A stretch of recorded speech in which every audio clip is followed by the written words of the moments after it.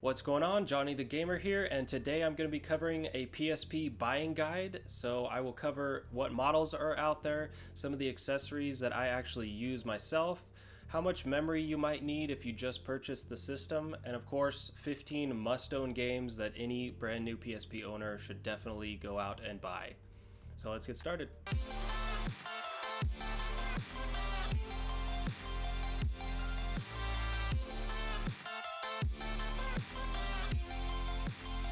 The PSP system. I remember when this thing first came out. I got it for my birthday, and yeah, it's just an amazing system. But anyway, let's go over some of the models. So there are a total of 5 different PSP models. Right here I've got the PSP 3000 on the right and the PSP Go on the left. So if you have one that looks like the PSP 3000, there's a very easy way to tell which model it is.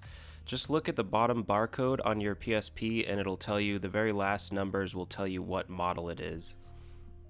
So this is the PSP 3000 model. This is by far my favorite model. It's the one I've had for a while now. This one in particular came with Assassin's Creed Bloodlines. So the cool thing about the 3000 is that it is very light. It's much lighter than the first 2 models that came out before it.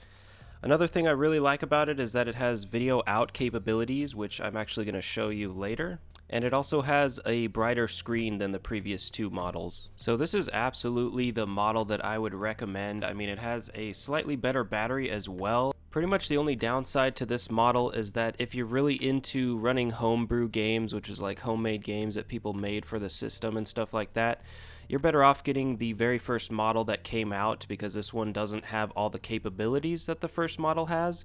But I'm not really that into homebrew, so this one works for me. And yeah, it has everything you're gonna need, even a replaceable battery. And one of the other things I noticed about this model coming from having an original model is that while you're playing games, the UMD can tend to, while it's loading, it can be very loud, and it sounds like it's scratching even though it's loading.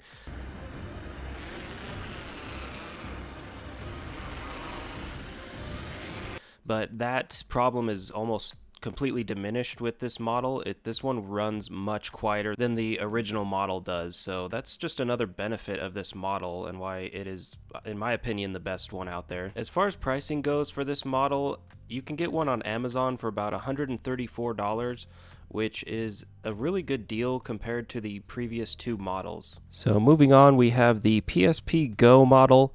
This model has some pros. It is a lot smaller than all of the other models.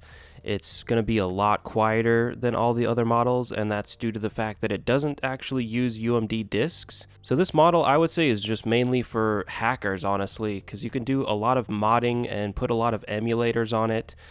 It does come with internal memory, unlike all the other models, but it's not a lot. You're going to get 16 gigabytes of memory with this model, and if you want to upgrade it, there are some options you have. There's adapters out there. It does have a slot for a bigger memory card. The only downside to this is that they are expensive and they're not universal. They are specifically for this system. This system also comes with a higher price than all of the other ones, and it also can't run homebrew. So like I said earlier, it can do emulation and you can also mod it, but no homebrew on this one. So if you're somebody that has owned previous models, I don't recommend buying this one, because any of the accessories you might have from a previous model you owned aren't going to be compatible with this one either. And this is the PSP 1000. This is the original model. I used to own one of these, and it is a lot heavier than the 3000, trust me. This one's actually been discontinued, so you can only get it on places like eBay, and maybe some retro game stores might have one. So as I mentioned earlier, this one is best for running all homebrew programming. So if you're into homebrew, this is the model for you. Other than that, I wouldn't really recommend this one. It's heavier, it's larger, it's clunkier, it's slightly slower than other models. It doesn't have the video out feature, so you can't play it on any external other screens that you can hook it up to like you can with the 3000. Next up, we have the PSP 2000 model. Now this one came out shortly after the original, and it was slimmer, it was lighter, it had a better screen, so it was a great upgrade at the time. But as of this recording, I mean, this is a very old system, and I think you should probably just go with the 3000, because the 3000 could do everything that the 2000 can actually do. We're going to go ahead and move on to the accessories, and I'm going to tell you how much memory you'll probably need if you're a new owner. Real quick before we move on, I forgot to mention the PSP E1000 model. Now this one is just for somebody that wants a really cheap PSP and just wants to play some PSP games. I think it runs around $100 or less by now. This one actually doesn't have a Wi-Fi connection, so it's kind of a stripped down version of all the other PSP models. Alright, so how much memory do you need if you just bought a PSP? Well, the memory cards are super cheap, and I love these SanDisk memory cards. You can get them on Newegg or eBay or places like that online, and they are just, like I said, dirt cheap. And the PSP game saves, they are like very small. They're tiny, so you really only need, I would recommend like starting off with like either a 512 megabyte like the green one I have here, or you could go with a bit more beefy memory stick like the 2 gig or the 4 gig like I have there as well. Yeah, they hold a ton of game saves, so if you're just the average gamer looking to play a lot of PSP games, then I would start off with the 512 megabytes. And we have some microfiber cloths that I always like to carry with me. These things are awesome. I've got one from Mad Catz here, and these are just perfect for on the go when you want to clean your screen real quick. So make sure you have one of these on you at all times if you're going to be carrying around a PSP.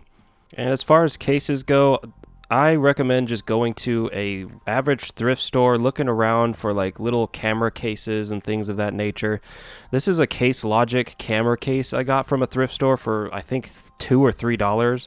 And you can see it's got that nice like fur lining or velvet or whatever that is. It's very soft, and it's going to protect the PSP system, and it's got that little pouch for memory cards and things of that nature. So yeah, not a bad deal. And this case right here is my favorite case. This thing is probably over a decade old, and I've been using it for PSP accessories, games, just everything I own, handheld. Sometimes I throw my 3DS in there. As you can see, I've got my Vita in there, but it has a couple extra pouches for storage as well.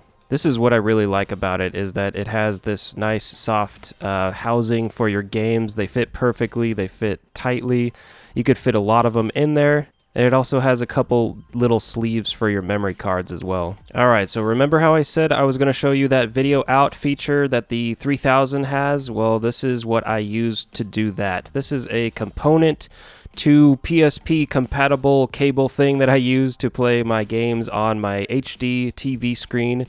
And it's so simple. It's got this 3.5 millimeter jack that you plug into your PSP system. And all you have to do is plug the components into the back of your TV, and you are all set up to go. So I bought this cord on Amazon, and I love it. I think it was only around $6 or $7. Smoking deal. So super cheap, and you get a lot of mileage out of it. The only thing I don't like about this thing is that the cord is much too short. I can't really sit on the couch because it's not long enough, and it sucks. So these things I cannot stand. So luckily I'm just using a sampler disc here, but these cases I believe came with that other game case that I just showed you, and they are just a pain. You can't get your game in or out easily, and one of the worst things about this stupid thing is that it will actually scratch your game discs. So you'll see here, I'll point it out in a second here, you can kind of, right there. Like you could see, that's from the case. That is that plastic case that I just put on it. So if you ever see anything like that, just avoid it. Do not purchase it. It's going to scratch up your games and just be no good at all. I would much rather go with some big case like I had. So yeah. Here's something that's so cool. I can't believe I found it. I have to give a shout out to this software called PPSSPP. You may have heard about it. I've heard about it before, but I just downloaded it and figured it out. And you can see here, I found a way to play my PSP games with this software, and I also found some software to hook up my DualShock 4 to play my PSP games on. So yeah, I think I might do another video on this. So it's just really cool. I can't believe I got this to work. Alright, now it's time for everybody's favorite part of the video. If you clicked the timestamp to skip all the previous content, well then you can go f*** yourself. Nah, I'm just kidding. Let's go ahead and get into the games. The first one we've got is Kingdom Hearts Birth by Sleep. And really, who doesn't love this franchise? It's Final Fantasy meets Disney. I love both of those things, so naturally, when they started making these games, I was hooked. And this is no exception. This game is awesome. You have 3 different characters that you can play all their stories, so it's like 3 games in one. And they all interconnect, and there's boss fights, as you can see here. I'm fighting this big-ass tree. And really, this game offers one of the most immersive experiences I've ever had on the PSP. I've actually heard several people saying that this is their favorite Kingdom Hearts game, even though it's on the portable system. Another thing I like about this game is you can play up to 2 to 6 players, which is really cool. I think that's the first time they've ever done that with a Kingdom Hearts game. So the downside to that is that you're not really going to be playing the story together like a co-op mode. It's more of like this arena where you just, tear enemies up together and you just level up and all that good stuff. Alright, next up on the list, we have Lord of Arcana. This is a game published by Square Enix.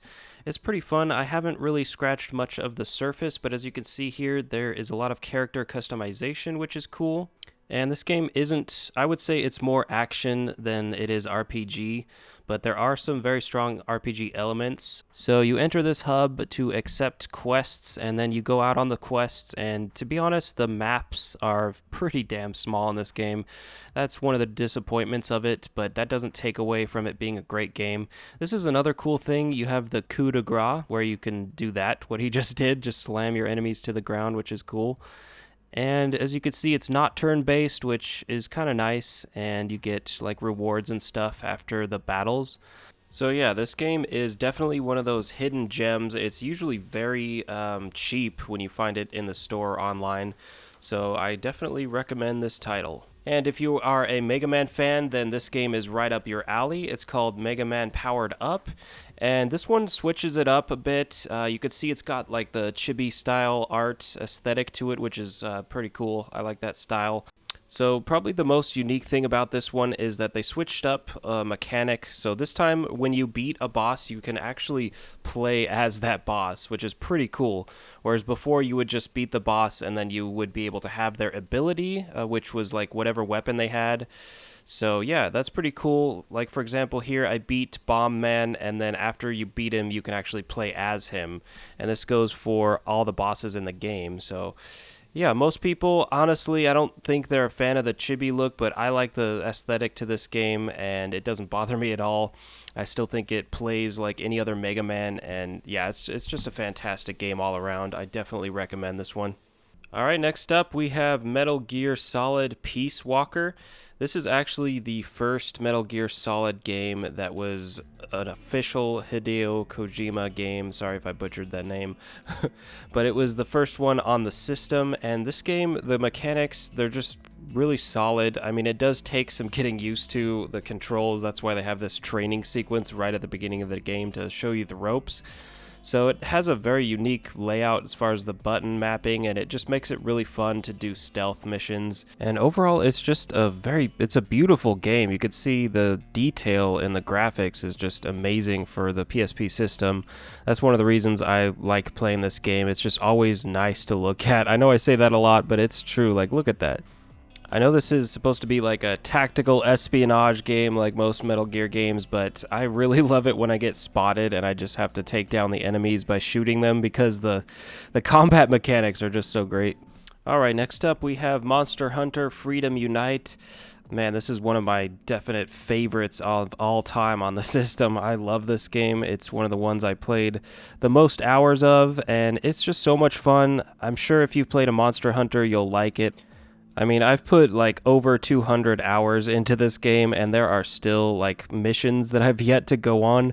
So it's massive. I mean, you have to just really hone your skills when you're hunting the dragons, and each one is really unique, just like any other Monster Hunter game. All the boss fights are super fun. They have unique environments to play in, and it's got that survival element to it where you kind of survive off of what you have in your inventory while you're fighting the beasts. So yeah, it's just so much fun. I can't say enough good things about this game. And the multiplayer is also super fun on this game, so link up with your friends and have an awesome time. Yes, another Mega Man made it on this list because they're awesome. This one's Mega Man Maverick Hunter X. This one is a remake of the original SNES version, which I played the crap out of as a kid, so you can imagine why I love this one. It gives me a lot of nostalgia, but it's also really cool because they upgraded all the graphics, so it's got more of a 3D look to it. So yeah, it's so awesome. One of the biggest strengths this game has is just the upgrades that you gain along the way of, completing the game. You obtain new weapons every time you beat a new boss, so you could see like the tornadoes that I'm shooting I got from a boss. And even your mobility is upgraded throughout the game, and you get like better defense, and you get that slide move that I just used, so it helps you get around a lot quicker, so you can be super nimble around enemies. And it is absolutely a must-own for the system. Yes, there is a lot of nostalgia-based choices in this list, but I don't care. This is still one of the best games on the system as well, in my opinion, and it's called Phantasy Star Portable. Now, if you've never played one of these games, they are fantastic, of course. It's basically, they have a lot of RPG elements, and they have character customization, so you can make your character look like whatever you want. And one of the cool things as well is that as you're going through missions, the items are one of the most coveted things in the game. So there's rare ones that you have to, fight enemies until they drop them. So it's pretty rare that you find such cool weapons like this staff that is spewing out hearts. I'm not sure what effect that has on the enemies, but clearly it's not to make them fall in love with me because they're attacking me. But anyway, you can see you level up through the game and your stats improve, so it's a solid game all around. Definitely pick this one up. Alright, next on the list we have Tekken Dark Resurrection. This one has a really big character roster, and it's just, it is just another Tekken game, but it looks great. I really like the graphics on this one, and the combos you can pull off, just like any other Tekken game, are really fun to try and master. And I also really like the cutscenes in this game. You build up currency in this game the more you fight, and you can actually unlock a lot of the cutscenes that each character has for a portion of that currency that you earned. So that's a cool little feature. And another cool thing about this game is it has a ton of game modes. You've got arcade mode, you've got it's kind of like a ladder-based system where you're beating enemies and you're climbing up this ladder, earning more cash as you go, so it gives you more incentive to want to fight, and yeah, the characters are fun to play, so pick it up. Next is Final Fantasy Crisis Core. I have a bit of a confession. Some of you might know I'm kind of late to the Final Fantasy game, and this one was a somewhat recent pickup. I didn't have this as a kid, and I always wanted to try it. So I finally picked it up, and I need to play through a lot of it. But me and my girlfriend actually watched through the entire cutscenes one day just randomly. So I have seen the entire story to this game. So, there's that, and I really enjoyed it. And it's really cool. I played some of it, as you could see, and I just like the mechanics. It's not quite fully turn-based, but it's action-packed, and the story, like I said, is super immersive. And the cutscenes, it's Final Fantasy. They're going to have very aesthetic-looking, beautiful cutscenes. And I really can't wait to go and finish this game and play a lot more of it. I know I'm probably going to get crucified in the comments for not playing this whole thing, but yeah. God of War Ghost of Sparta just pulls you right in from the second you start it up. It's got a nice cutscene of this ship that's in the sea, and it's all raining on you, and there's a bunch of beasts on the ship, and there's particularly this giant sea monster that is trying to kill you throughout the first level. And yeah, it just has that classic God of War feel. They really nailed it with both the God of War games on the PSP. Especially this one, it's just so smooth, and the combat is where it's at with God of War. Not everybody is a fan of the on-screen mechanics that they use in these games, but I certainly am. I think they're really fun to look at. You're fighting these big beasts, like you can see, and there's that sea monster I was talking about that's trying to kill you. And I just love watching Kratos fight all these beasts and gods, and yeah, it's an action-packed adventure. Jeanne d'Arc, or Joan of Arc, is a story based in France, and there is a battle between France and England, and Joan of Arc, the main character, is called from an oracle to help save her homeland, and the story is just really compelling in this one. It pretty much hooks you right off the bat. It's very well done, and so are the game mechanics. If you're into action-based games, this isn't for you. This is just a turn-based system, so think of like, what's that game called? Mario and Rabbids, that game. If you've played that, it has very much that feel where you have turns and you have to take out every enemy on your little map there, but it's just so much fun. I mean, I had hours and hours of fun playing this, planning out what I was going to do to take out each individual type of enemy, and yeah, the story just brings you right along. It's a solid game. Definitely pick this one up. Daxter is Jack's little companion from the Jak and Daxter series. Hopefully you've heard of that series. So he got his own adventure in this game, and it is a lot of fun to play. I think it's fun for me because I just enjoy the collecting in this game. There's a really good balance of collectibles. It doesn't have too many of them, making you feel like you're just doing, aimless, pointless side quests that are taking up all your time. And the story really just, it's well paced, and the graphics are really smooth. So the main part of the story is that you're going around exterminating bugs from places and collecting the little gems that they leave behind. Some people aren't a fan of that because, Jak and Daxter should have a bigger storyline, you'd think, but this didn't bother me at all. I mean, he's an ocelot. What is he gonna, what enemies could he possibly defeat other than bugs? So they had to kind of go with that, right? I kid you not, I picked up this next game from a GameStop randomly, probably about a decade ago, when they still sold PSP games at GameStop. And I think I bought it for like $5, and I wasn't disappointed. It has a great story, it has good cutscenes, good graphics. It's called Deadhead Fred, and basically the premise is that this scientist saved your ass by keeping your brain in a vat, and you can switch heads, and that actually gives you kind of different, I guess, battle abilities, I guess you could say. But it's pretty entertaining. It's kind of dark. It's got like a Tim Burton kind of feel to it. It's definitely an underrated game that I don't think a lot of people know about, but I really enjoy it. The combat's solid, the story's solid. I know I'm starting to sound like a broken record, but I think the switching of the heads is what makes this stand out the most.